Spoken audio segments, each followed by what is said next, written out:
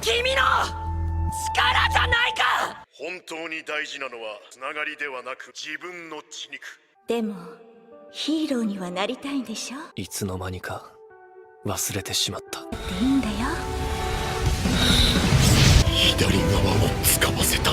勝ちてえくせに俺だってヒーローに。 Dreams can be sacrificed. Dreams can be protected.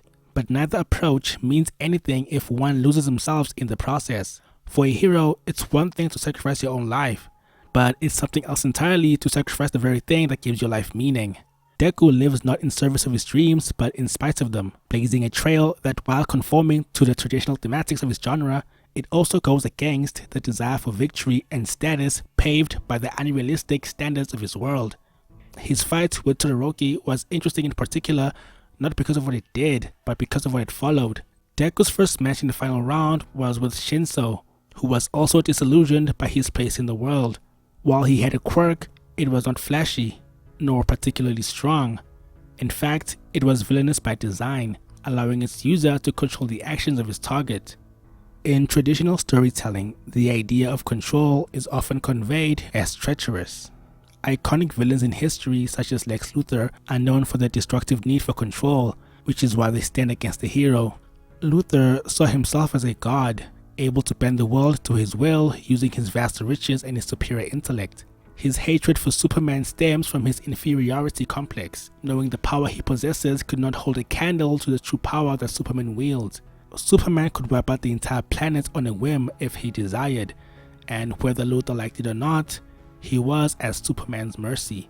The fact that Luthor's power was feared and disdained, while Superman's was admired and worshipped, only exasperated that hatred, as God is only as powerful as the followers who put him on that pedestal. Control is a staple of traditional hero-villain storytelling. Because of this, we've been conditioned to make the assertion that those who possess control over others are wrong for doing so, justifying our hatred even regardless of any context afforded to the story being told.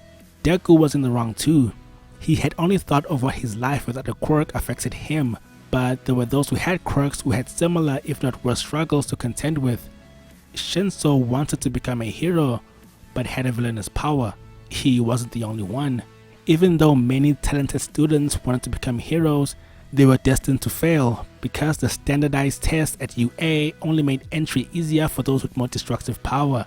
But espionage tactics had their merit, especially since destructive power was counterintuitive in a hero's desire to save bystanders from the wreckage that could be caused by Bakugo's explosions or Todoroki's fire.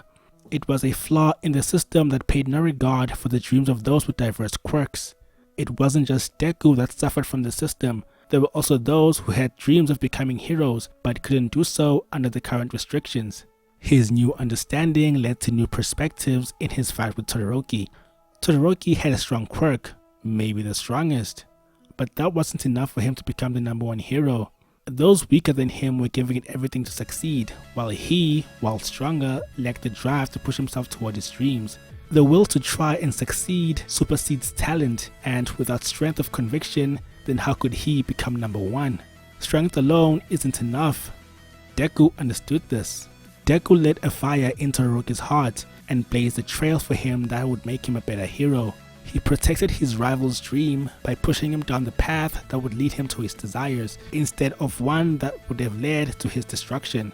Living by All Might's strong moral compass, Deku's values and personal beliefs give him the resolve to endure risk in order to adhere to those principles. By conceiving of heroism as a universal attribute of human nature and not as a rare feature of the few heroically inclined, heroism becomes something that seems in the range of possibilities for every person, and such is the message that Deku's actions have sent. Power doesn't define the hero, it's the hero that defines his power.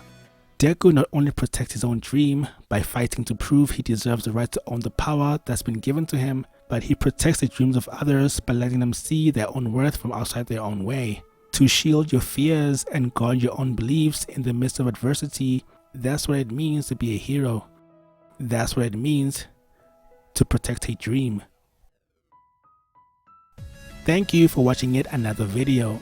This one was brought to you by my subscribers, and if you'd like to join the outcasts, click on that subscribe button and share this video. Thanks again for watching, and I'll see you in the next one.